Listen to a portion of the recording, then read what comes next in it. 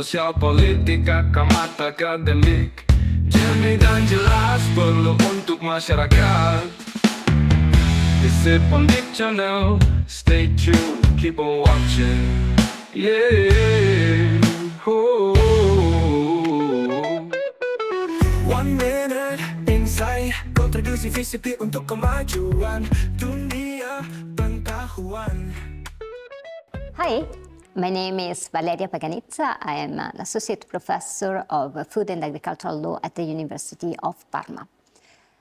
There is one thing I would like to share with you, and it's the colors of Indonesia. I'm a painter, and so as soon as I go back home, I'm going to paint something which will remind me of Indonesia.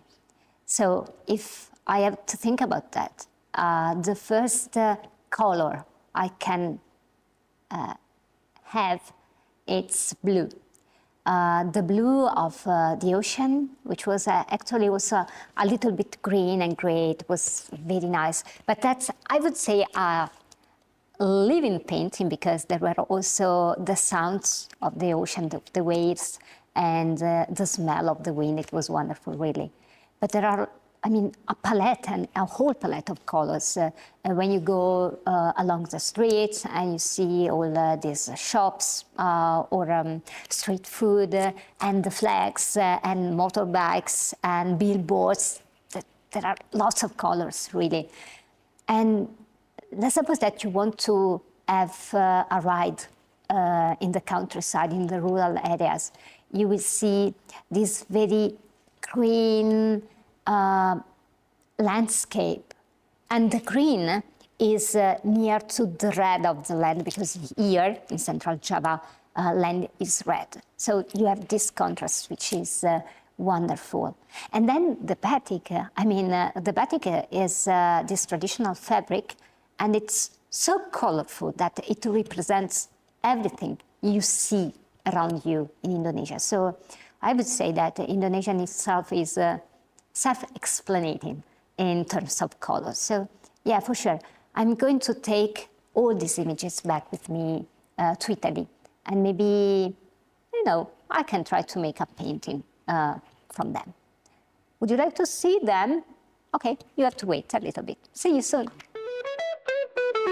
1 minute insight, kontribusi Visip untuk kemajuan dunia pengetahuan. Kata pakar Visip Undip, inspiratif, informatif, inovatif. Selamat datang, jumpa lagi bersama saya Asya dalam salah satu program siaran Visip Undip Channel, yaitu Kata Pakar Visip Undip. Sebuah program yang menghadirkan diskusi mendalam bersama para pakar Visip Undip, membahas fenomena-fenomena terkini dalam perspektif ilmu sosial. Baik, hari ini kita akan membahas tema yang sangat relevan, yaitu strategi branding institusi sosial seperti rumah sakit dan sekolah yang sekarang ini di tengah persaingan yang meningkat. Hal ini mengarah kepada fenomena yang 5-10 tahun ke belakang ini, sekolah dan rumah sakit telah bermunculan tidak hanya di kota-kota besar tapi juga di kota kecil. Dan hal ini juga tidak dimiliki oleh pemerintah, tapi juga swasta, ormas, dan juga korporasi. Lalu bagaimana mereka bersaing? Apakah branding relevan untuk sektor sosial? Kita akan bahas tuntas bersama pakar kita hari ini, seorang dosen Departemen Ilmu Komunikasi dan Peneliti dengan keahlian di bidang Strategic and Marketing Communication, Digital Marketing, Consumer Culture and Behavior. Mari kita sambut Mbak Nuris Suraya Ulfa PhD. Selamat datang Mbak Nuris. Halo. How are you? Iya, Asya, halo. Iya, alhamdulillah saya baik, sehat gitu ya. Alhamdulillah. Halo teman-teman, senang sekali hari ini saya berkesempatan untuk menyapa teman-teman melalui Visip Undip Channel. Ya. Baik, Mbak Nuris, sebelumnya terima kasih sudah datang di Kata Pakar Visip Undip. My great honor, of course. I'm so happy that you're here. Okay. Ya, balik lagi ke tema kita hari ini ya Mbak ya, about strategy branding institusi sosial seperti rumah sakit dan sekolah. Menurut Mbak Nuris, bagaimana sih branding di sektor tersebut? Oke, iya, branding untuk institusi sosial gitu ya. Tentu saja melihat perkembangan institusi sosial semacam rumah sakit dan sekolah dalam beberapa tahun terakhir ini gitu ya. Kalau kita lihat baik di kota besar maupun di kota kecil ya, banyak sekolah-sekolah baru bermunculan, rumah sakit baru juga didirikan gitu ya. Sehingga strategi branding ini menjadi sangat-sangat penting gitu ya. Terutama ketika kita melihat branding itu tidak hanya sekedar aspek teknis saja ya. Orang dulu memahami branding itu semacam ketika suatu rumah sakit atau sekolah itu punya nama, kemudian punya logo, itu sudah disebut brand gitu ya. Tetapi kita tidak bisa melihat branding dalam perspektif tradisional atau konvensional seperti itu lagi, gitu ya. Karena branding itu sangat penting saat ini untuk menunjukkan semua aspek yang menunjukkan kualitas dari institusi sosial itu. Bisa tentang value-nya, bisa tentang kelebihan-kelebihannya, kemudian karakteristik-karakteristik khusus yang dimiliki oleh institusi sosial tersebut, sehingga menjadi penanda beda antara satu sekolah dengan sekolah yang lain, begitupun satu rumah sakit dengan rumah sakit yang lain. Baik, betul kata Mbak Nuris ya Mbak, sekarang banyak orang yang mengira bahwa branding ini penting untuk biasanya bisnis dan juga mungkin produk gitu ya. Tapi rumah sakit dan sekolah ini benar kata Mbak Nuris tadi, beliau bilang bahwa sekarang ini makin kompetitif dan juga urgent ya untuk menjadi pembeda, menjadi branding yang berbeda satu sama lain. Untuk penyebarannya dan juga di sektor ini tuh bagaimana sih Mbak? Oke, ya. Branding memang diadopsi dari perspektif komersial ya pada awalnya gitu. Bagaimana industri itu membuat penanda beda untuk produk dan layanan atau servisnya gitu. Tetapi dalam tadi ya ketika kita lihat kompetisinya di institusi sosial saat ini gitu ya. Bahkan kalau kita bicara rumah sakit, apakah rumah sakit itu jualan? Wah itu kita akan panjang diskusinya ya gitu seperti itu. Tapi kita melihatnya begini. Terjadi pergeseran perilaku masyarakat sendiri dalam menggunakan layanan dari rumah sakit maupun sekolah itu sendiri gitu ya. Jadi berdasarkan data riset market ya atau riset dari beberapa institusi riset menunjukkan bahwa sebagian besar anggota masyarakat itu ketika mau memutuskan mau mengambil layanan kesehatan mana atau mau menyekolahkan anaknya kemana, itu mereka mencari informasi online dulu.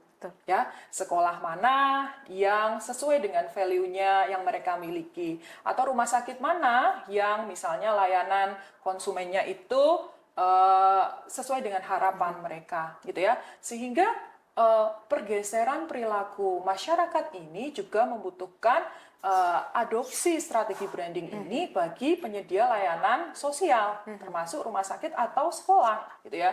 Mereka harus memiliki strategi khusus ya, strategi desain, strategi branding khusus untuk bisa mengkomunikasikan hal-hal penting yang dibutuhkan oleh anggota masyarakat sebelum menggunakan layanan mereka, gitu ya. Jadi dan saat ini tentu saja gitu media branding kalau ditanya bagaimana melakukannya, gitu ya, kita bisa misalnya mengadopsi perspektifnya komunikasi pemasaran gitu atau marketing sosial gitu ya untuk meningkatkan program branding dari rumah sakit ini. Ya, nanti kita jelaskan secara mendetail seperti apa tentu saja. Nanti masih ada banyak pertanyaan lagi tentu yang pastinya saja mendalam. Iya. Sebenarnya it's just my curiosity sih Mbak. Sebagai mahasiswa juga waktu itu kita pernah belajar ya tentang rumah sakit dan sekolah ini. Sebenarnya dari digitalization yang sekarang terjadi gitu ya, apa yang membedakan dari komersial, dari marketing komersial dibanding sama institusi sosial ini? Iya, jika kita bicara tentang specifically strategi branding untuk komersial maupun non komersial, itu kita akan bicara tentang atribut atau pesan brandingnya itulah yang akan menjadi pembeda gitu ya. Ketika di komersial cases atau konteks gitu ya, produk atau layanan service ya, dia mengadopsi strategi branding tentu saja untuk meningkatkan sales ya. Pendekatan marketing menjadi sangat prominent di sini gitu ya. Tapi kalau kita lihat di aspek non komersial atau institusi sosial seperti rumah sakit dan layanan, branding di sini lebih dilihat dari perspektif edukasinya, bagaimana mengedukasi masyarakat gitu ya tentang hal-hal apa yang mereka tawarkan atau value-value apa yang mereka perjuangkan dalam memberikan layanan itu, sehingga perspektifnya menjadi lebih positif gitu ya. Bukan berarti komersial itu non positif tentu saja gitu ya, tetapi dalam arti di sini targetnya tentu tidak selalu bicara tentang sales dan pencapaian target penjualan atau konsumsi. Gitu. Betul ya Mbak ya. Sekarang juga kita fokusnya pasti ke credibility dan juga trust yang dibuat. Iya, itu nanti. Iya, betul. Itu juga. Iya. Oke, baik. Sekarang kita fokus dulu ke rumah sakit ya Mbak ya. Strategi branding ke rumah sakit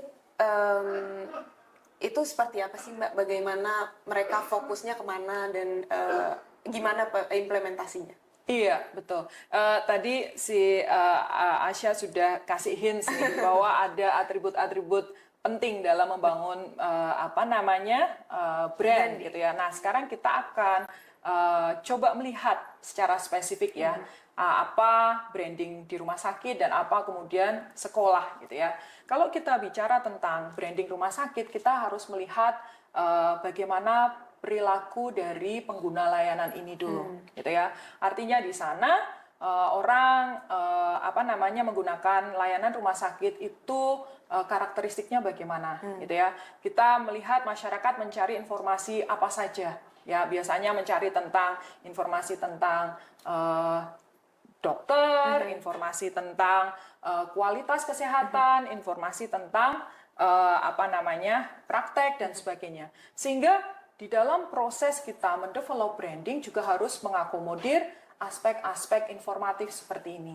Ya, tentu saja ada atribut utama yang harus kita bangun ketika kita bicara tentang branding rumah sakit. Ya, tadi ada misalnya aspek trust-nya yang mau dikuatkan di sana, tetapi juga aspek layanan khusus yang bisa menjadi penanda beda dari satu rumah sakit ke rumah sakit yang lain. Baik, nanti kita akan fokus lagi ke branding, strategi branding sekolah ya. Tapi kita lanjutkan di diskusi kita di segmen selanjutnya setelah beberapa informasi menarik berikut ini. Jangan kemana-mana, tetap di Kata Pakar Visip Undip. Kata Pakar Visip Undip, inspiratif, informatif, inovatif. Masih bersama saya di program Kata Pakar Visip Undip. Kita lanjutkan diskusi kita di segmen sebelumnya kali ini. Tadi udah nanya-nanya tentang strategi branding rumah sakit ya Mbak ya. Tapi sayangnya belum selesai tadi ya. Oke. Tadi Mbak Nuris udah jelasin tentang bagaimana strategi branding di rumah sakit. Tapi secara teknis branding di rumah sakit ini atributnya apa aja gitu? Oke. Baik, ketika kita bicara rumah sakit, branding rumah sakit gitu ya, tentu saja ketika mau mendesain rumah sakit ini akan memilih brand seperti apa, itu sangat relevan dengan visi misi dari rumah sakit itu sendiri. Sehingga kalau kita bicara tentang atribut gitu ya, itu pembicaraannya nanti internal ya, maksudnya apakah rumah sakit ini mau dibawa ke rumah sakit Islami misalnya, apakah rumah sakit ini mau dibawa rumah sakit internasional atau rumah sakit yang low budget atau rumah sakit yang apa misalnya.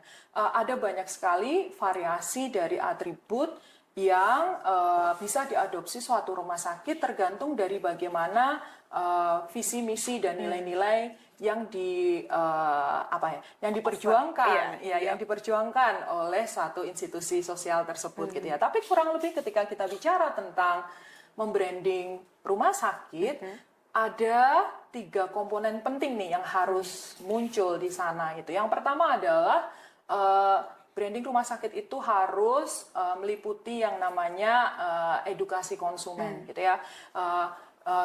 Edukasi masyarakat gitu ya. Misalnya kalau kita lihat dari tadi ya datanya bagaimana perilaku orang mencari informasi kesehatan dan sebagainya, maka membangun branding rumah sakit ini harus banyak menyampaikan informasi tentang layanan-layanannya, apa-apa saja yang diberikan ya, yang bisa di-offer di sana gitu ya. Misalnya imunisasi ataukah kemudian layanan kesehatan dokter-dokter dan sebagainya itu harus ada di sana sehingga masyarakat yang butuh itu bisa langsung mendapatkan informasi itu. Tetapi bukan hanya informasi tentang layanan saja, tetapi juga informasi yang sifatnya mengedukasi masyarakat tentang pentingnya menjaga kesehatan terkait dengan penyakit tertentu. Misalnya saat ini lagi relevan dengan banyaknya kasus flu gitu ya dan sebagainya, sehingga rumah sakit itu juga seharusnya memberikan informasi-informasi yang relevan dengan kebutuhan masyarakat, ya, mengingatkan masyarakat untuk pentingnya, misalnya mengambil imunisasi untuk vaksin untuk sakit tertentu atau check up untuk kesehatan perempuan dan sebagainya. Tidak hanya dalam bentuk informasi, tetapi juga storytelling tentang pentingnya menjaga aspek-aspek medis, aspek kesehatan yang relevan dengan masalah-masalah medis tersebut. Yang kedua itu adalah tentu saja reputasi. Ya, reputasi itu menjadi aspek yang utama dalam branding rumah sakit saat ini, gitu ya. Kalau kita bicara tentang bagaimana orang memutuskan untuk mengambil layanan di satu rumah sakit tertentu, biasanya kan akan search dulu nih ya. Kita lihat dari Google review-nya, ketika itu bintangnya 2 atau bintangnya 4 gitu ya, itu akan mengurangi trust dan juga mengurangi keinginan untuk berobat di sana gitu ya. Orang akan membaca reviewnya nih, dokternya kenapa, atau misalnya layanannya lama dan sebagainya. Sehingga ketika membangun reputasi suatu rumah sakit ini gitu ya, itu tidak bisa hanya sekedar image saja, tetapi tentu saja butuh perbaikan layanan secara keseluruhan. Bagaimana memperlakukan pasiennya, bagaimana kemudian merespon pada keluhan-keluhan. Kadang-kadang kan ada tuh ya di Google review gitu ya, ngasih review negatif gitu ya. Nah, ini tidak bisa dibiarkan begitu saja. Rumah sakit harus merespon review ini karena itu menjadi faktor penting dalam pemrosesan informasi ya sebelum memutuskan untuk mengambil layanan yang mana gitu ya. Kemudian seluruh proses dari layanan pasien itu menjadi sangat penting untuk dikoordinasikan sehingga reputasi itu tidak hanya apa yang muncul di media atau di sosial medianya saja, tetapi juga memang terrepresentasikan bagaimana mereka memberikan layanan itu kepada masyarakat. Dan aspek penting lainnya yang ketiga yaitu diferensiasi. Diferensiasi itu akhirnya ya tadi gitu ya, ketika satu rumah sakit itu memutuskan untuk mengadopsi satu nilai penting tertentu gitu, rumah sakit berstandar internasional, rumah sakit riset, rumah sakit Islami. Maka di dalam proses branding itu harus dimunculkan bagaimana konsistensi nilai-nilai itu muncul dalam setiap informasi yang disampaikan gitu ya. Misalnya satu rumah sakit ingin menguatkan positioning mereka sebagai rumah sakit Islami. Maka bagaimana itu bisa dimunculkan dalam keseluruhan informasi di sosial media mereka? Ya, misalnya mereka bisa membuat storytelling tentang aktivitas karyawan yang berdoa pagi hari atau mungkin ada aspek-aspek lain yang bisa memunculkan bagaimana kesehatan itu juga layanan kesehatan itu diperkuat dalam perspektif Islami itu sendiri. Nah, informasi itu sekarang itu kan bisa disampaikan ke publik itu dengan beragam cara kan ya. Ada yang kita sebut sebagai pendekatan strategi on media atau strategi media milik dari rumah sakit itu sendiri. Yang mana informasi branding itu nanti bisa dikelola dalam sebuah konten plan yang baik, disampaikan melalui on media mereka di sosial media mereka, website mereka, di Google mereka, dan sebagainya secara menyeluruh. Atau misalnya mereka bisa saja menyampaikan informasi branding itu melalui paid media, yaitu melalui media-media berbayar. Ya, misalnya melalui sponsor konten, mereka menguatkan satu atribut tertentu, atau misalnya Google Ads dan sebagainya untuk meningkatkan search engine optimization mereka, sehingga ketika di search rumah sakit Islami apa, maka akan muncul di sana karakteristik khususnya. Oke. Dan yang ketiga, satu lagi Asya. Oke. Yang itu bisa disampaikan melalui search media mereka ya, dan sebagainya. Dan yang terakhir adalah share media. Share media mereka yaitu rumah sakit bisa saja mengundang orang pertama nih, atau kita sebut sekarang itu bahasanya influencer gitu ya, untuk mendapatkan layanan di mereka, sehingga akan shareable kontennya gitu ya, akan muncul informasi tentang brand itu di follower dari influencer ini. Oke. Tadi udah dijelasin banyak banget ya ini tentang how media is very helpful for rumah sakit Tentu juga saja. ya.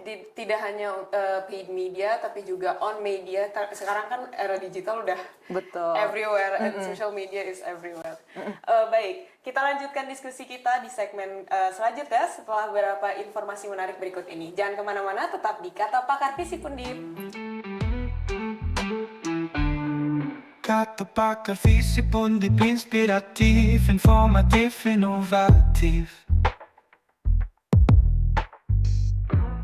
Masih bersama saya di program Kata Pakar Fisip Undip. Kita lanjutkan diskusi kita di segmen kali ini. Ya Mbak, tadi udah bilang tentang strategi branding rumah sakit yang panjang itu ya. Next kita mau kalau misalnya sekolah, apakah sama atau mungkin ada atribut yang berbeda? Oke, iya.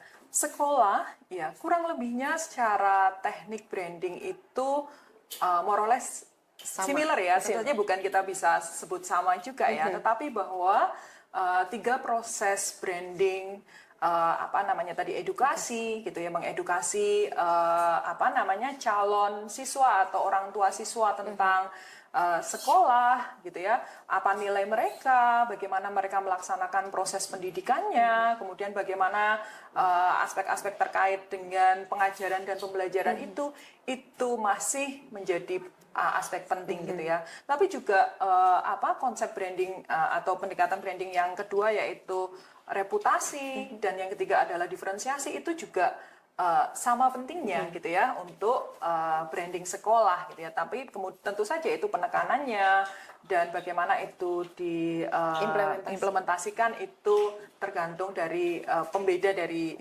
masing-masing sekolah ini nanti ya. Ya kurang lebihnya sama. Baik, berarti kurang lebih sama, similar tapi nggak sama ya. Sama gitu ya. Kita tetap bisa adaptasi dari value sekolah tersebut masing-masing. Oke. Nah tadi juga sempat aku cari tahu bahwa sebenarnya branding ini kan lebih ke komersil ya Mbak ya. Most people are very skeptical about branding di institusi sosial, dan apakah branding ini tidak membuat institusi sosial menjadi terlalu komersil atau seperti apa? Iya gitu. Memang skeptisisme itu cukup tinggi ya gitu. Banyak kritikus yang kemudian menyampaikan kritik-kritik itu baik secara terbuka maupun secara akademis gitu ya. Naiknya komersialisasi di bidang public goods gitu ya. Sosial. Iya, itu bidang sosial gitu ya. Tetapi tentu saja kita harus melihatnya dari perspektif yang positif ya. Artinya branding ini bukan tujuan gitu ya. Tujuan dalam arti adalah untuk mengadopsi atribut yang hebat-hebat itu, yang commercialized atau yang premium saja gitu ya. Tapi branding ini adalah sebagai sebuah cara atau mekanisme untuk mengedukasi kepada masyarakat tentang bagaimana proses kerja dari institusi sosial ini gitu ya. Dan riset-riset terbaru itu banyak sekali yang mengkonfirmasi itu dampak positif atau efektivitas dari branding sosial ini ya, mulai dari meningkatnya kepercayaan, pengetahuan, dan termasuk juga apa istilahnya kepuasan dari masyarakat dalam menggunakan layanan dari institusi sosial ini. Jadi banyak positifnya sih dibanding skeptisisme. Betul ya. Oke. Ini jadi insight baru untuk aku ya, karena I was once skeptical juga sih ya. Oke. Mungkin sebagai penutup, rekomendasi utama dari Mbak Nuris bagi institusi sosial agar tetap relevan dan kompetitif gitu ya melalui branding ini bagaimana Mbak? Oke. Jadi menarik sekali kalau kita bicara penerapan branding ini untuk institusi sosial. Jadi bagi sekolah, rumah sakit, ya ini hendaklah bisa menjadi masukan penting ya untuk perumusan strategi komunikasi mereka, gitu ya. Artinya bahwa dalam proses mendevelop branding sekolah atau institusi sosial ini ya atau rumah sakit gitu ya bisa lebih memahami gitu ya karakteristik kekuatan mereka secara internal itu apa untuk kemudian bisa disampaikan kepada masyarakat secara sistematis gitu ya. Apa sih value yang kami perjuangkan rumah sakit ketika mereka mengedepankan aspek-aspek kualitas dan sebagainya, itu seharusnya bisa dimunculkan dalam proses informasi brandingnya ya.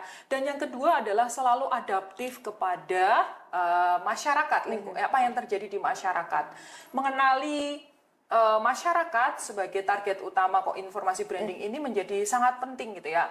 Apa yang menjadi keresahan mereka, kebutuhan informasi mereka dan sebagainya. Sehingga ini menjadi apa istilahnya material untuk proses branding itu sendiri gitu ya. Kalau kita nggak paham dengan siapa kita bicara atau masyarakat itu sendiri karakteristiknya bagaimana, ya akhirnya proses branding itu hanya institutional centric gitu ya, banyak dari perspektif dari rumah sakitnya saja gitu ya. Jadi nggak bisa memberikan apa-apa yang dibutuhkan oleh masyarakat, informasi yang dibutuhkan oleh masyarakat. Dan mungkin yang terakhir yang paling penting adalah bahwa dalam proses branding itu jangan berfokus pada yang glittering aspeknya gitu, hal-hal yang apa namanya bagus-bagus saja gitu ya. Jadi branding ini menjadi juga satu upaya untuk peningkatan kualitas secara keseluruhan sehingga apa yang disampaikan kepada masyarakat dalam proses branding ini memang sesuai dengan apa yang terjadi dalam proses penyelenggaraan institusi tersebut. Kurang lebihnya itu, Asya. Okay. Terima kasih banyak Mbak Doris untuk insight-nya. It's very insightful for me even. My pleasure, my honor. Ya. Tadi kita juga udah bicara tentang either rumah sakit atau sekolah. Itu atribut-atribut juga sudah disebutkan oleh Mbak Nuris ya tadi, edukasi, diferensiasi, dan satu lagi reputasi. Yeah. Yang dimana setiap sekolah dan rumah sakit juga memiliki atribut yang berbeda, walaupun nilai yang berbeda, value yang berbeda, tapi tetap similar ya, technically tetap sama. Iya, kurang lebih gitu. Baik, demikian akhir diskusi kita pada edisi kali ini. Semoga bermanfaat untuk kita semua. Ketemu lagi di program Kata Pakar Visip Undip selanjutnya. Bersama pakar-pakar dengan tema-tema yang menarik lainnya. Sehat dan sukses selalu. Saya Asya, pamit undur diri. Wassalamualaikum warahmatullahi wabarakatuh. Kata Pakar Visip Undip, inspiratif, informatif, inovatif.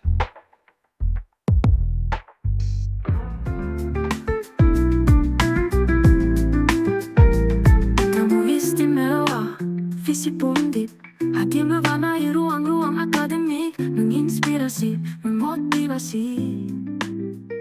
Halo sahabat Visip, jumpa lagi bersama saya Nadia dalam program Success Story Alumni Visip Undip, sebuah program yang akan mengulas tuntas berbagai proses perjuangan sejak berkuliah di Visip Undip serta capaian yang kini mereka raih.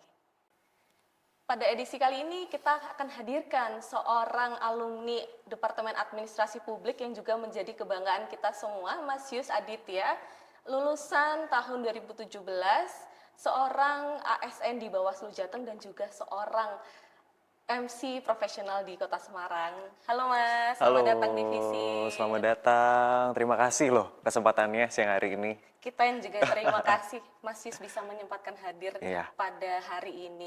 Gimana Mas, perasaannya sudah hadir kembali di Visip Undip? Perasaannya nano-nano, excited tentunya karena melihat perubahan dan perkembangannya Visip Undip ini sangat drastis ya. Ketika 2017 lalu, beberapa tahun yang lalu, it means 9 tahun yang lalu ya, itu lulus dan kembali hadir ke sini itu berbeda vibes-nya dan inovasinya sangat luar biasa sampai detik ini. Dan saya merasa bangga menjadi alumni dari Publik Visip Undip.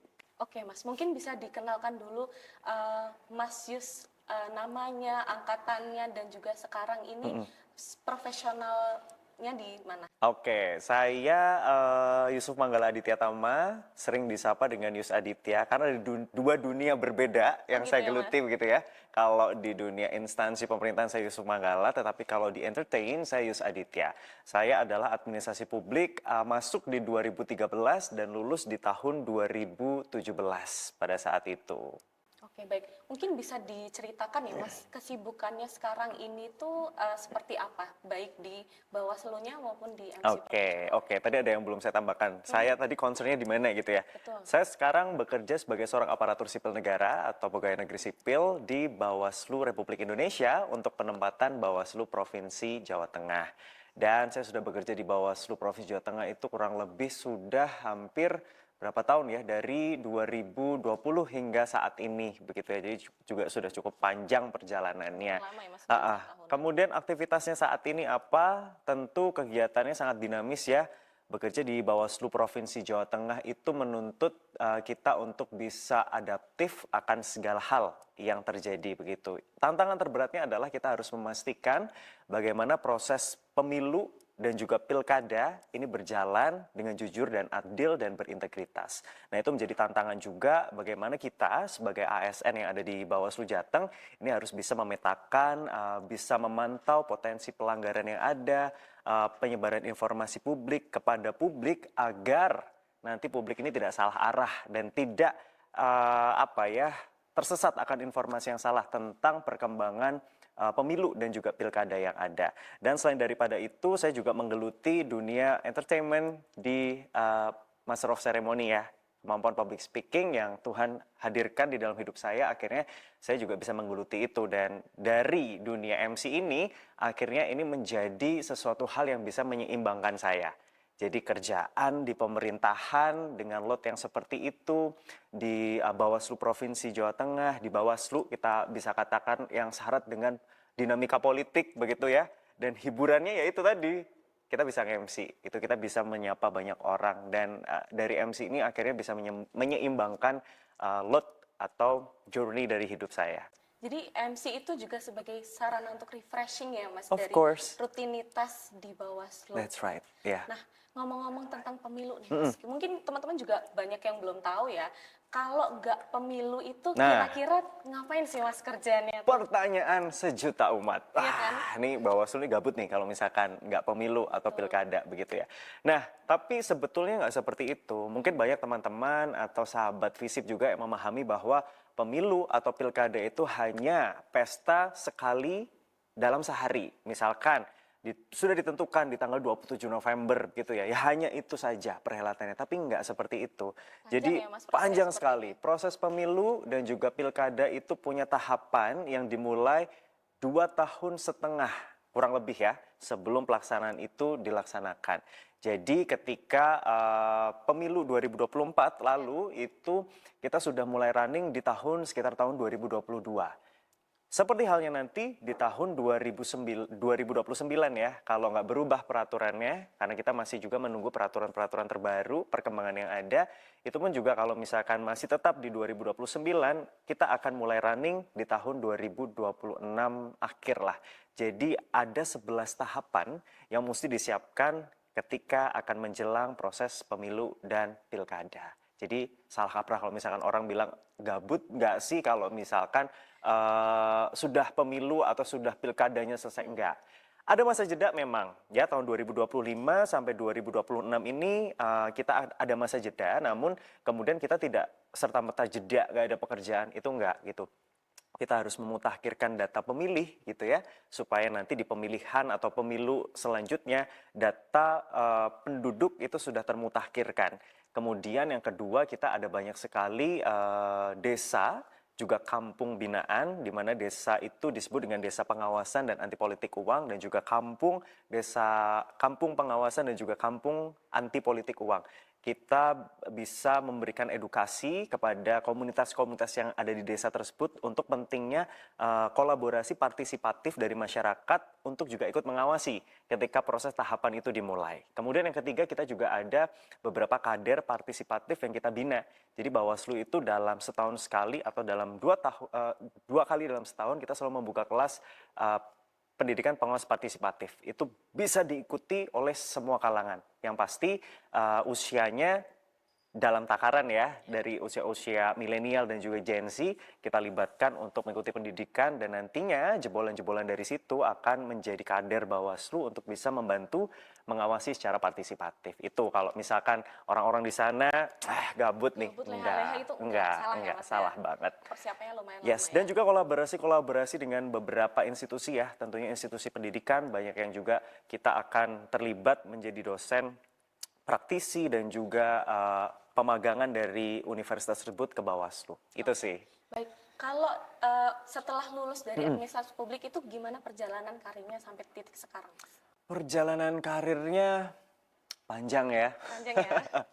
Karena kebetulan sendiri Yus dulu ketika kuliah itu tidak hanya fokus kuliah. Jadi memang selalu menanamkan dari dalam diri sendiri ketika kuliah itu jangan hanya kuliah gitu, tapi juga bangun diri.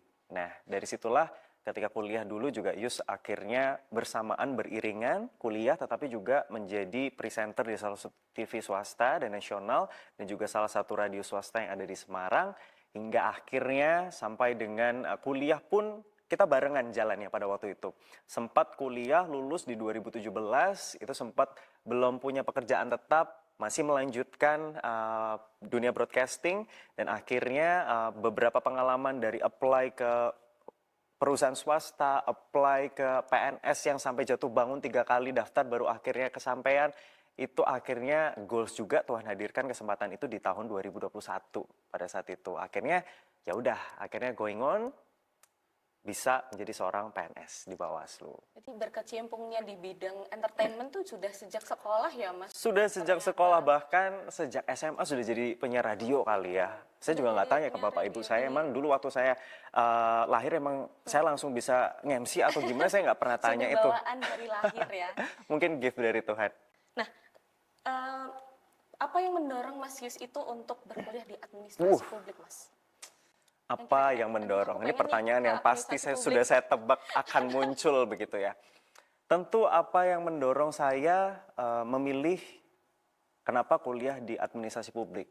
Administrasi publik bagi saya bukan hanya belajar tentang birokrasi ya, tetapi belajar tentang bagaimana negara itu bekerja dan bagaimana kita juga hadir sebagai warga masyarakat itu untuk memberi dampak. Contoh dalam hal ini adalah kita belajar bagaimana merumuskan kebijakan publik, bagaimana kita belajar tentang melayani masyarakat melalui manajemen pelayanan publik. Nah, itu kita pelajari, dan itu menjadi motivasi saya untuk saya bisa terjun di administrasi publik atau memilih administrasi publik menjadi tujuan studi saya.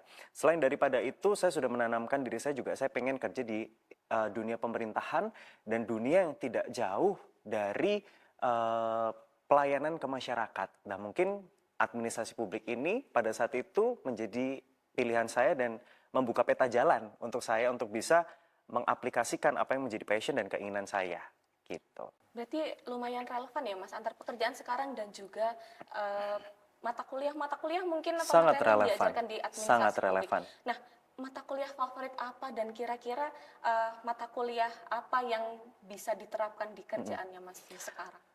There's so many ilmu yang sebenarnya bisa diterapkan di dalam pekerjaan saya yang sekarang begitu ya. Kalau kita sebutkan satu persatu mungkin nggak akan habis ya, dan bahkan saya mungkin ada beberapa yang lupa begitu. Tapi yang benar-benar saya nampol sampai sekarang di diri saya itu adalah bagaimana waktu itu saya mendalami manajemen publik, kebijakan publik, analisis organisasi, kemudian prinsip-prinsip manajemen dan etika organisasi, di mana Dulu saya merasakan bahwa ini apa sih, cuma teoritis aja. Tetapi ketika saya terjun ke dunia pekerjaan, oh nggak hanya teoritis aja loh, ini teraplikasi loh.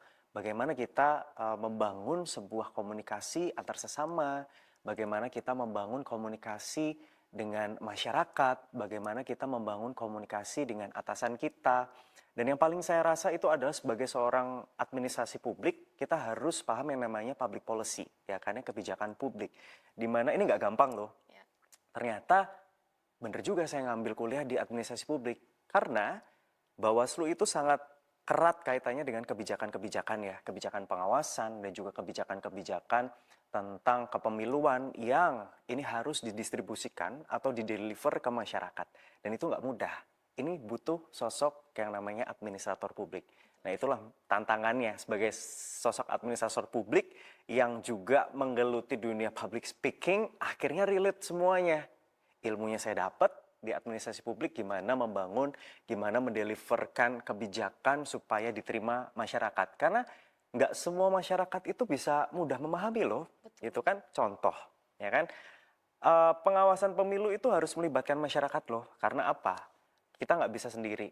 Dan ada beberapa proses-proses dalam pemilu itu yang masyarakat harus defense. Seperti politik uang. Seperti masyarakat juga harus mengawasi ASN seperti saya, itu juga harus netral. Partai-partai yang ada di sana gitu kan, tidak boleh menggunakan fasilitas negara untuk kampanye. Dan tidak semua masyarakat itu kan bisa memahami peraturan-peraturan yang dikeluarkan. Betul. Butuh nih yang namanya administrator publik. Kehadiran kita ini mendeliverkan. Bagaimana Yusuf Manggala Aditya Tama menjadi seorang ASN Bawaslu yang dulunya administrasi publik bisa mendeliverkan peraturan-peraturan itu supaya diterima oleh masyarakat. Itu dia. Nah, masih nyambung nih Mas sama nilai-nilai yang Mas sebutkan tadi juga. Nah, kira-kira prinsip apa sih yang bisa ditanamkan sebagai profesional administrasi publik? Prinsip apa yang bisa ditanamkan sebagai seorang administrasi publik? Ini kayak makul banget ya. Ada deh kayaknya makul. Lumayan, Apa kayak dulu makul prinsip-prinsip organisasi atau apa. Kita tes. Tapi kalau secara general dan based on experience that I get it, selama ini prinsip yang harus dipegang menjadi seorang ASN adalah bagaimana kita memiliki integritas ya, dan juga kepemimpinan. Tidak bisa kepemimpinan itu berjalan jika kita tidak punya etika, begitu ya. Jadi etika ini harus utama dan juga pengetahuan tentang pemerintahan itu juga dikombinasikan sehingga kepemimpinan yang tidak memiliki etika dan juga wawasan tentang pemerintahan juga tidak akan berjalan. Dan lebih daripada itu, akar dari segalanya adalah integritas. Di mana integritas itu menjadi fondasi utama dalam kita berperilaku sebagai seorang ASN dan juga administrator publik. Gitu.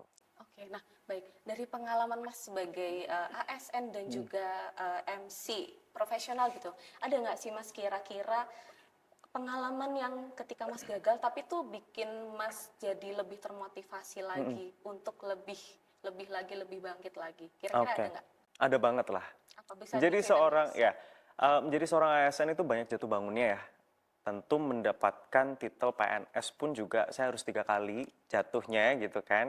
Nggak mulus sekali daftar langsung keterima, tetapi ada 3 kali yang saya lakukan pada saat itu. Tes pertama, tes kedua, dan tes ketiga akhirnya memutuskan untuk di Bawaslu dengan kebutuhan yang 116 pada saat itu, yang daftar sekitar 8.000. Itu persaingan yang juga hebat Sulit begitu. ya.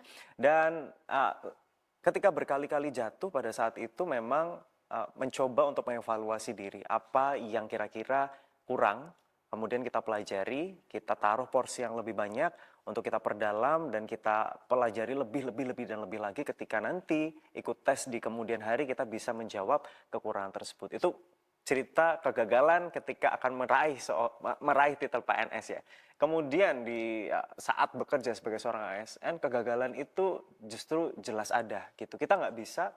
Kita adalah human ya, kita manusia biasa yang kita itu kerja punya atasan. Kita itu kerja punya interaksi sosial dengan sesama manusia.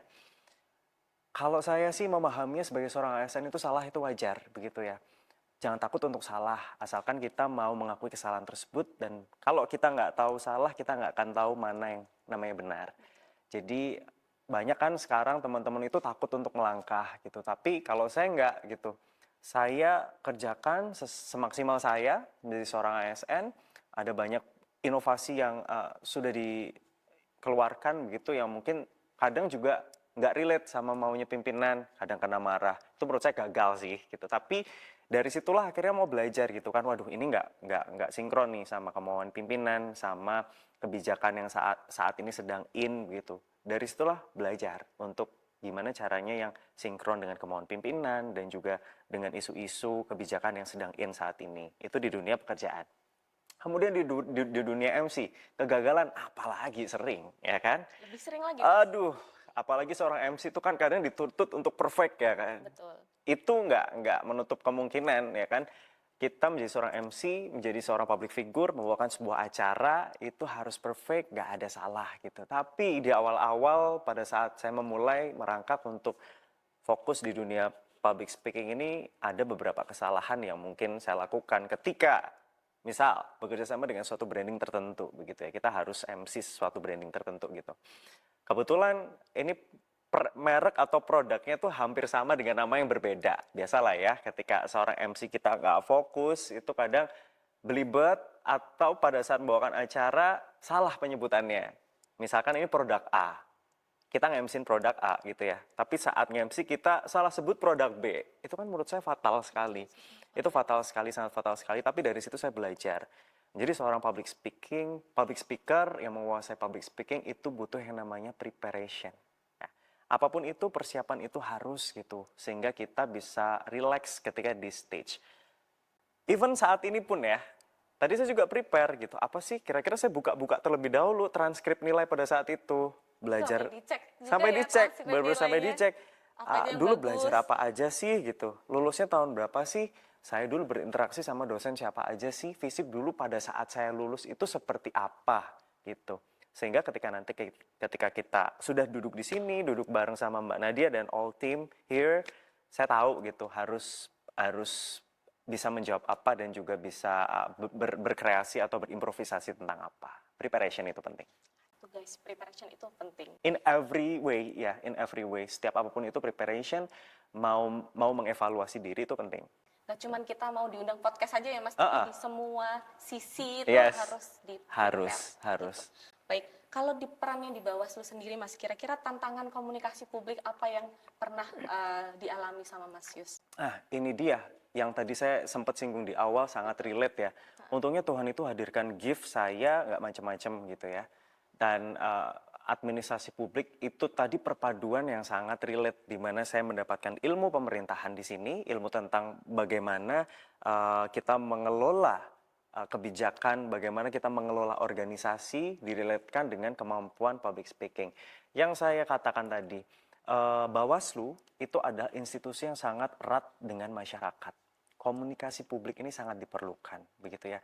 Jadi kita harus 2 langkah lebih awal untuk memberikan edukasi, pencegahan, dan juga mengantisipasi agar masyarakat ini tidak salah langkah. Banyak sekali peristiwa-peristiwa lalu di pemilu 2019, pemilu 2024 yang masyarakat ini termakan oleh hoax, gitu ya, termakan oleh framing-framing yang tidak benar keberadaannya. Nah, itulah Bawaslu hadir, administrasi publik, administrator publik ini hadir di sini untuk bisa menerjemahkan apa sih sebetulnya inginnya pemerintah itu seperti apa, dan masyarakat itu harus berperan seperti apa. Ini harus relate. Oleh karenanya, tantangan terberatnya itu, kita harus turun, kita harus bisa menyatu sama publik, kita harus ada satu level sama publik. Kita nggak bisa, Mbak Nadia, kalau misalkan, contoh, dulu Yusuf nggak langsung penempatan di Bawaslu Jateng ya, tetapi di Bawaslu Kota Semarang dulu, di mana Bawaslu daerah ini akan menjadi gate kita untuk interaksi dengan masyarakat. Bagaimana kita punya institusi yang ada di bawahnya, yaitu pengawas kecamatan, pengawas kelurahan dan desa, dan pengawas TPS. Nggak bisa loh serta-merta apa yang sudah diputuskan dalam kebijakan yang ada di pusat itu terimplementing di bawah. Kadang yang di atas itu nggak nginjek tanah ya, ada di awan gitu. Jadi kadang kurang relate. Tetapi karena kehadiran administrasi publik ini, administrator publik ini, kita harus bisa menerjemahkan agar masyarakat ini memahami maksud dari negara itu seperti apa. Dan itu butuh skill komunikasi publik. Dan belajarnya di mana? Di administrasi publik. Iya. Undip ya lebih Di Undip tepatnya, harus. di Undip. Nah, mungkin kita sudah sampai di penghujung podcast ini ya Mas. Mungkin ada closing statement, pesan-pesan untuk, biasanya kan kita untuk calon mahasiswa. Oke. Nah, ini untuk orang tua calon mahasiswa, biar mungkin kenal nih sama administrasi publik. Kira-kira ada pesan nggak Mas yang bisa diucapkan? Untuk orang tua calon mahasiswa ya. Calon mahasiswa. Bapak Mungkin Ibu, bingung gitu, ya. Mas. Bapak Ibu jangan bingung-bingung lagi ya.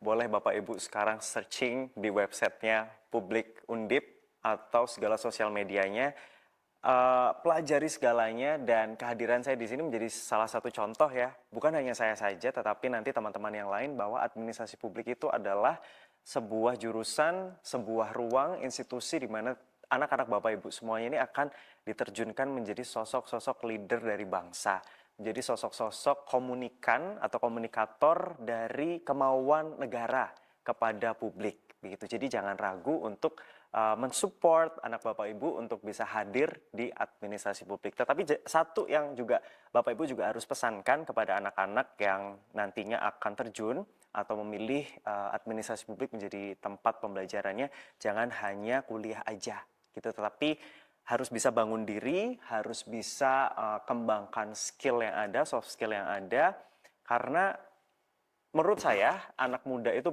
belum saatnya untuk merasa nyaman, ya kan? Raga masih bisa diajak kerja keras dan otak masih bisa diajak kerja cerdas. Jadi harus tetap fight, jangan hanya kuliah aja, asah terus skillsnya, dan jangan malu atau jangan takut untuk tampil di publik. Karena dunia ini butuh gagasan teman-teman, karena dunia ini butuh gagasan dan tanggung jawab teman-teman. So, jangan patah arang, terus berkarya untuk Indonesia menjadi lebih baik di tangan kalian semua. Aduh, terima kasih banyak Mas Yus. Sangat inspiratif. Kita dapat banyak sekali insight yang kita sebelumnya itu gak pernah tahu. Oh, ternyata kayak gitu ya. Kalau kata Gen Z itu daging banget. Baik, demikian akhir diskusi kita pada edisi kali ini. Semoga bermanfaat untuk kita semua. Ketemu lagi di program Success Story Alumni Visip Undip selanjutnya bersama tamu istimewa dengan tema menarik lainnya. Sehat dan sukses selalu. Saya Nadia pamit undur diri. Sampai jumpa.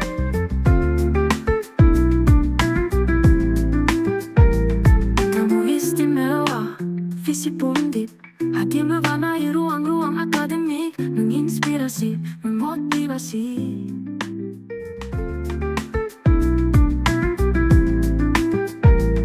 Namu istimewa, Visip Undip hadir mewarnai ruang-ruang akademik, menginspirasi, memotivasi. Jumpa lagi bersama saya Okina dalam salah satu program siaran Visip nih teman-teman. Ada yang namanya Tamu Istimewa Visip. Sebuah program yang kita hadirkan untuk tamu-tamu istimewa yang ada di Visip Undip. Dan kali ini kita kedatangan tamu spesial, yaitu dari Universitas Tribuana Tunggadewi. Halo Bapak, halo Ibu, dan teman-teman, bagaimana kabarnya semuanya?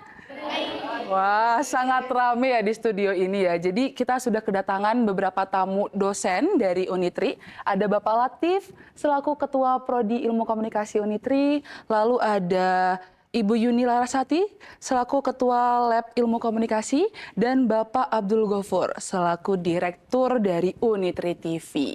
Nah, kita hari ini akan bincang-bincang aja ya. Kita santai aja kita ngomong nih tentang Unitri yang datang ke Visip Undip gitu.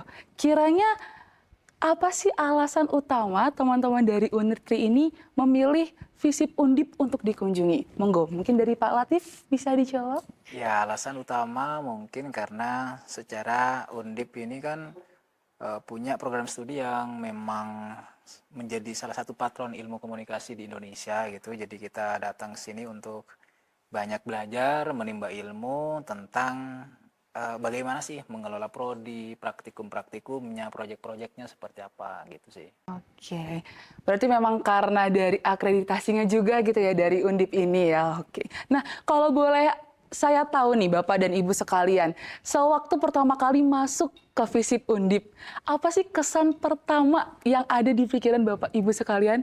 Monggo Pak Gofur. Kalau saya kesan pertamanya adalah sejuk ya. Sejuk. Ngelihat pohon-pohon, wah keren sekali gitu kan. Beda dengan ketika di Semarang misalnya, Semarang kan katanya panas banget ya. Ketika masuk Undip langsung adem gitu kan. Kemudian tiba-tiba ada orange kita masuk ke situ. Nah, itu ya kita memberikan warna baru bagi kita yang mungkin notabene-nya kita ngelihat yang ungu-ungu ketika di Unitri seperti itu. Iya bener ya, kalau di Unitri ini ungu-ungu, di FISIP Undip semuanya orange gitu ya, beda gitu ya. Gitu. Iya, tapi kalau di Malang itu panas atau sejuk Pak, Bu? Panas? Kalau sekarang sih musim hujan ya. Iya. Oh hujan, masih adem gitu Masih ya. adem, terus juga kadang panas juga gitu. Jadi ini ya nano-nano gitu. Tapi pas waktu sampai di Semarang nih, perjalanan kan 8 jam ya teman-teman ya? Sekitar 8 jam, itu sewaktu masuk ke Semarang panas banget kah kerasanya atau nggak jauh beda dengan Malang? Sebenarnya karena kita ngerasanya kita di bis awalnya dingin ya. Tiba-tiba tadi kita nyampe sekitar subuh itu agak jam 6:30 itu lumayan kerasa, udah mulai berkeringat gitu. Ya lama-lama kok kerasa sumuk ya. Cuman ya itu tadi akhirnya kita masuk ke Undip kok, di sini ada hal baru. Karena tadi kita turunnya kan di tempat yang mungkin itu rame, macet dan lain sebagainya. Akhirnya ya masuk ke sini ya enak begitu sih. Oke, nah tadi kita kan sebelum kesini nih syuting, kita ada yang namanya sharing session ya bersama dengan dosen-dosen ilmu komunikasi lainnya. Setelah tadi mendengarkan bersama tentang sharing session ilmu komunikasi Undip ini seperti apa, itu kiranya apa tanggapan Bapak Ibu terkait dengan Ilkom Undip kita? Ya luar biasa ya. Secara misalnya dari prestasi, pengelolaan prodi, tadi yang saya bukan nggak expect, tetapi menurut saya luar biasa adalah bagaimana Undip, terutama di FISIP itu memikirkan kesejahteraan mahasiswa. Terutama misalnya problem-problem yang dialami oleh mahasiswa. Terus juga yang menurut saya juga di luar ekspektasi kami, Prodi Ilkom di Undip mau berbagi soal pengelolaan proyek, terus kemudian laboratorium, seperti misalnya talk show seperti ini. Kan jarang sekali gitu ada program studi atau universitas yang mau secara terbuka untuk sharing soal itu gitu. Biar nanti juga mungkin dipelajari oleh prodi-prodi sejenis yang lain gitu. Oke, kalau dari yang tadi sudah dijelaskan sama Pak Latif, menurut Bu Yuni gitu ya, aspek yang paling menarik dari Ilkom Undip ini seperti apa? Ya, kalau tadi kita lihat dari obrolan dan diskusi yang dilakukan, memang dari prestasi, kemudian juga kalau kami sendiri memang banyak belajar untuk mengelola laboratorium. Itu juga target dari Unitri sendiri untuk memperbaiki, kemudian juga meningkatkan laboratorium kami gitu. Jadi kita juga banyak belajar tadi tentang bagaimana sih sebenarnya yang dibutuhkan untuk pengelolaan laboratorium, termasuk nanti juga yang harus ditambah dari fasilitas-fasilitas ataupun sistem yang ada seperti itu. Biar lebih berkembang dan anak-anaknya juga bisa lebih berinovasi ya di dalam lab itu ya. Oke. Nah tadi aku udah sempat bersama dengan anak-anak atau mahasiswa Unitri ini keliling ke FISIP Undip. Ada perpustakaan ya teman-teman ya. Terus juga kita ke PKM dan hal sebagainya gitu. Kalau dari Bapak Ibu sendiri tadi udah sempat keliling belum ke FISIP Undip ini? Nongkrong sih. Nongkrong di PKM ya. Karena sejuk tadi ya. Oh, sangat-sangat dingin ya di sana ya Pak ya. Nah kalau menurut Bapak Ibu sekalian, mungkin aku sekarang tanya ke Pak Gofur deh. Setiap kampus ini kan punya ciri khas atau warna ilmunya tersendiri gitu ya. Nah kalau dari sesi yang tadi kita udah jalankan di sharing session PKM, itu apa sih yang menjadi pembeda dari bagaimana Ilkom Undip ini belajar dan dari Unitri itu seperti apa? Kalau yang tadi ketika diskusi ya, Undip sendiri kayaknya sekarang lagi gencar-gencarnya bagaimana untuk mengedepankan internasional, prestasi internasional, bagaimana bersuara di internasional dan lain sebagainya. Itu mungkin yang bisa saya dapat ketika diskusi ketika di ruangan tadi, Pak. Oke, karena sebenarnya dari FISIP Undip ini ada yang namanya World Class Faculty, Bapak Ibu. Nah, alhamdulillahnya dari FISIP Undip sudah ranking ke berapa ya? Udah hampir ke atas top gitu ya, dan Ilkom Undip ini salah satu program studi yang terbaik gitu di Indonesia. Oke, mungkin pertanyaan penutup nih, Bu. Sebelum kita mengakhiri sesi nanti, dari kunjungan kali ini tuh ada nggak sih Pak yang kira-kira atau Bu yang bakal diterapin nantinya di Unitri, atau mungkin hal-hal yang bisa diambil gitu dari visi Bu? Tadi itu kan saya sempat ngobrol dengan Ibu siapa tadi ya, saya lupa ya. Ibu Nuris, Satunya lagi. Mbak Nuri. Mbak Nuri Ya. Apa ya namanya? Kami juga punya YouTube di Prodi sebenarnya, cuman sekitar 2-3 tahun terakhir ini vakum. Terus kemudian tadi sampai lalu kemudian dibisikin soal bahwa ternyata Prodi Ilkom di Undip ini juga mengelola YouTube channel. Dan saya sangat semacam terinspirasi mungkin karena kan saya juga baru memulai kembali, tadi juga udah disampaikan oleh mahasiswa kami untuk kemudian menghidupkan YouTube channel kami. Memang kalau di sini mungkin bedanya dikelola oleh dosen, tetapi kalau di prodi kami minta mahasiswa kami untuk mengelola dalam arti untuk memproduce-nya gitu. Karena hitung-hitungannya juga sebagai praktik ya, keterampilan praktis yang mungkin nanti harus bisa dikuasai oleh teman-teman mahasiswa.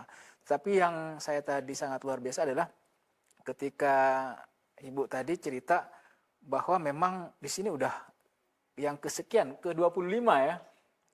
Ya, ke-25 edisi gitu. Sementara kami baru memulai lagi untuk yang pertama, itu pun belum tayang juga, tapi dari situ kami akhirnya saya berpikir kami datang ke tempat yang tepat untuk sharing itu gitu.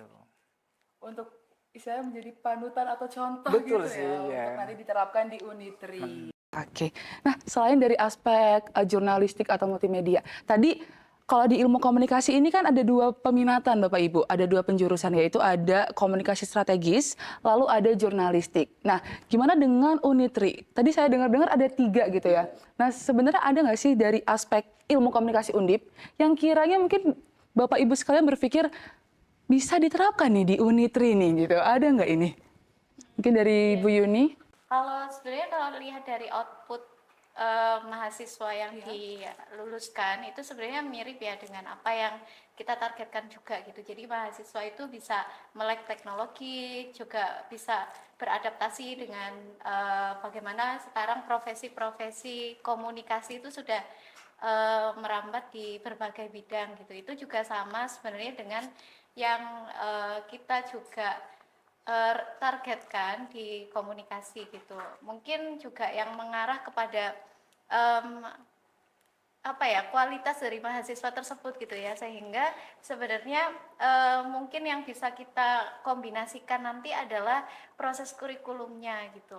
Semisal di sini tadi komunikasi strategis, nah ini juga bisa kita terapkan nanti di proses mata kuliah PR gitu ya, karena kebetulan saya di PR, jadi juga bisa menuju ke manajemen krisisnya, misalnya begitu, atau mungkin pemasaran gitu ya, yang selama ini mungkin fokus hanya kepada branding, sekarang sudah mulai bisa kita adaptasikan ke reputasi dan semacamnya kayak gitu. Oke. Nah, kalau di Ilkom Undip ya nih Bapak Ibu sekalian, kita itu ada yang namanya International Undergraduate Program atau kita sebut sebagai IUP. Itu kelas internasional yang cara pengajarannya itu full dalam bahasa Inggris. Nah, kira-kira kalau dari Unitri sendiri itu ada kelas IUP juga atau tidak? Sementara ini belum sih. Oh, belum. Nah, tapi ketika tadi dijelaskan semester 2 semester lalu kita juga ada kelas internasional. Tapi hanya insidental programnya karena kita melibatkan mahasiswa internasional yang kebetulan memang dikelola oleh dosen kami kan ada di lab bahasa gitu ya. Jadi beliau memang punya jaringan ke sana karena kerjasama dengan Malaysia juga. Jadi kita mengadakan di mata kuliah komunikasi multikultural. Jadi kita mengadakan semacam apa sih namanya pertunjukan, semacam pertunjukan, tetapi yang kemudian itu dikelola oleh berbagai mahasiswa dari latar belakang yang tadi ya. Yang salah satunya dari Malaysia, kayak gitu. Tapi itu insidental, jadi tidak setiap semester gitu ya, insidental saja. Tapi ketika tadi dijelaskan sama Mbak Nuri ya tentang IUP ini, ada kepikiran nggak sih untuk menerapkan kembali gitu program tersebut agar kayak IUP ini akan ada gitu di Unitri? Monggo. Ya pastinya pasti pengen ya penerapan itu gitu kan, karena memang salah satu apa yang diminta oleh stakeholder misalnya salah satunya adalah yuk kita kemampuan dalam berbahasa asing dan lain sebagainya itu memang perlu ditingkatkan. Kemudian mungkin kelas IUP itu juga bisa menjadikan kita gambaran nantinya kalaupun memang kita mau mempertahankan keunggulan kita unggul itu gitu kan, salah satunya adalah membuat kelas-kelas yang seperti itu. Oke. Nah tadi sebenarnya aku sempat penasaran dengan tadi udah di-mention terkait dengan laboratorium. Saya penasaran Ibu Yuni, kira-kira pengelolaan dari praktikum yang ada di Unitri itu seperti apa? Kalau sejauh ini untuk pengelolaan praktikum itu kita sesuaikan dengan mata kuliah yang bersangkutan gitu ya. Jadi misalnya kita ada 3 konsentrasi yaitu PR, TV film dan juga jurnalistik. Jadi masing-masing dari mata kuliah yang praktikum itu kebutuhannya apa? Misalnya alat atau mungkin ruangan gitu, kita fasilitasi dari sisi itu gitu kalau untuk praktikum. Kemudian juga kami juga ada radio ya, jadi laboratorium radio yang kita rencananya juga akan aktifkan gitu, yang nantinya nggak hanya sebatas mahasiswa tapi juga dari dosen juga bisa mengisi misalnya dengan talk show seperti ini gitu, atau mungkin podcast yang lebih populer ya gitu. Jadi nanti harapannya itu nggak hanya sebatas itu untuk insidental perkuliahan gitu, tapi reguler untuk aktivitas mahasiswa gitu. Jadi yang kita terapkan di komunikasi Unitri itu adalah bagaimana laboratorium itu jadi semacam bengkel harian gitu ya, yang itu menyenangkan gitu, yang bisa dipakai untuk kegiatan mereka berkarya gitu dalam hal apapun. Bahkan fasilitas rapat pun itu kami bebaskan kepada mereka untuk menggunakan laboratorium. Ya. Berarti sebenarnya agak sama kayak Ilkom Undip Ibu Bapak. Jadi kalau di laboratorium kita itu sebenarnya mahasiswa tuh bebas untuk berekspresi di sini. Terus mau minjem peralatan pun bebas asalkan nggak dihilangin, nggak dirusakin gitu ya. Karena kadang agak ceroboh ya, termasuk saya. Mohon maaf dan iya kayak ini apa. Jadi tangannya gatal sendiri gitu ya. Oke. Nah, kalau dari tadi ini kita udah ngelihat lab multimedia di Ilkom Undip atau hal-hal lain yang sudah kita bahas itu. Kiranya output apa sih yang ingin Bapak Ibu terapkan nanti ketika sudah kembali ke Unitri gitu? Pertama memang kita segala sesuatu kan memang pertama dilihat dari kemasan. Betul. Karena kemasan juga bisa menjanjikan atau menjanjikan sesuatu lah gitu. Walaupun memang isi penting. Itu satu yang kita pelajari dari sini adalah bagaimana kita juga mengemas channelnya ada, studio YouTube-nya juga harus proporsional gitu. Iya. Kemudian yang berikutnya memang di sini kompetensinya 2, tetapi mengandung banyak anak kompetensi yang lain gitu. Nah di kami itu kan ada 3 kompetensi, jurnalistik, kemudian TV dan film, dan yang lain PR gitu. Nah kita memang secara intens untuk kemudian melahirkan maksudnya SDM atau mahasiswa yang kira-kira memang sesuai dengan profil lulusan kami, termasuk juga bidang kompetensi kami, dengan cara memperbanyak praktikum atau materi-materi pembelajaran yang basicnya itu project. Karena kalau cuma tadi disampaikan oleh Mas Wahyu sepertinya gitu, kalau cuma nulis doang gitu ya udah nggak zamannya lagi gitu ya. Tapi kita harus by project, by skill gitu, biar nanti kalau udah melaksanakan mata kuliah itu memang udah kerasa tuh keterampilannya gitu sih. Biar dipersiapkan terlebih dahulu gitu ya Pak Lutfi. Oke. Nah, saya mau tanya lagi nih. Kira-kira Mungkin dari Bapak Ibu sekalian sebagai closing statement ya Tio ya.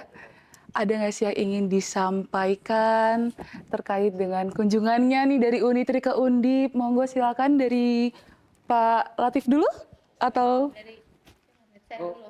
dari Ibu Yudi dulu. Ladies first. Boleh. Silakan Ibu. Nggak selalu ladies padahal. Oke, kalau dari saya sih, saya berterima kasih sudah dikasih kesempatan dari Unitri untuk bisa melihat dan belajar langsung gitu ya di Undip, termasuk juga langsung praktek di sini gitu untuk mengamati bahwa sebenarnya tuh sekarang sudah banyak sekali gitu perkembangan-perkembangan yang juga harus kita lihat sebagai bukan kompetisi gitu ya, tetapi sebagai cara kita untuk menjadi versi yang lebih baik gitu. Nah, semoga ini juga jadi pelajaran buat kita sendiri ya nanti di internal untuk kita sama-sama beradaptasi nih gitu, biar sama-sama tahu apa yang kita butuhkan dan apa yang harus kita siapkan. Oke, mungkin dari Pak Gofur dulu ya. Yang jelas pastinya terima kasih banyak banget ya. Kita juga di sini mendapat insight banyak sekali gitu kan, mendapat masukan banyak sekali, terutama FISIP Undip ini kan mbah kita ya. Maksudnya mbah ya, kita ngomong mbah udah 60 tahun gitu kan. Kurang lebih segitu kan ya. Nah, itu kan dapat insight baru, banyak hal-hal yang baru mungkin nantinya akan kita kejar gitu kan. Kemudian apa yang ada di tempat kita pun ada yang sesuatu yang perlu diperbaiki, mungkin nanti kita akan perbaiki yang pastinya akan lebih baik dan lebih baik. Amin. Nah, last nih untuk Pak Latif, silahkan. Saya sudah mengantar studi ekskursi ini beberapa tahun, dan setiap kunjungan itu pasti ada universitas yang kami kunjungi, dan menurut saya dari sekian itu ini adalah salah satu yang terbaik menurut kami karena ada wawasan praktis yang itu tidak hanya sekedar konsep gitu, tetapi sampai di sini kita langsung dikasih tahu tuh produk-produk yang sudah dilakukan di Undip, lalu kemudian pengelolaannya. Ada banyak bocoran yang tadi disampaikan oleh Mas Wahyu juga, terus sama Pak Gusnar juga, soal bagaimana kemudian labnya dipunyai fakultas atau mungkin universitas, tetapi kemudian yang mengelola adalah prodi. Bahkan yang menurut saya luar biasa sekali adalah dosen-dosen turun langsung untuk kemudian bukan hanya mengelola tetapi juga mungkin memberikan contoh, misalnya jadi produser itu yang baik tuh seperti ini misalnya. Nah, itu yang menurut saya saya bilang tadi salah satu yang terbaik karena kita langsung dipertunjukkan dengan konsep yang praktis yang boleh jadi nanti kita adopsi gitu untuk perbaikan prodi Ilkom Unitri ke depan. Berarti bukan hanya sekedar materi atau insight-nya aja, tapi langsung praktek gitu ya Pak ya. Baiklah, terima kasih ya Pak Latif, Bu Yuni dan juga Pak Gofur karena sudah hadir di Ilkom Undip. Dan terima kasih juga buat teman-teman Unitri, terima kasih banyak. Wow, keren sekali. Karena tadi sudah ada closing statement dari Bapak Ibu sekalian, dan demikianlah akhir diskusi kita pada edisi kali ini. Semoga apa yang disampaikan tadi bisa bermanfaat untuk kita semua, dan sampai berjumpa lagi di program Tamu Istimewa FISIP Undip selanjutnya. See you, terima kasih semuanya.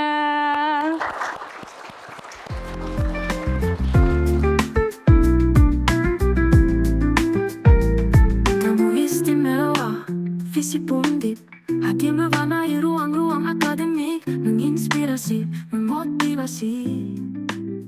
Kewawasan isu sosial politik akamat akademik, jernih dan jelas perlu untuk masyarakat. FISIP Undip Channel, stay tuned, keep on watching. Yeah.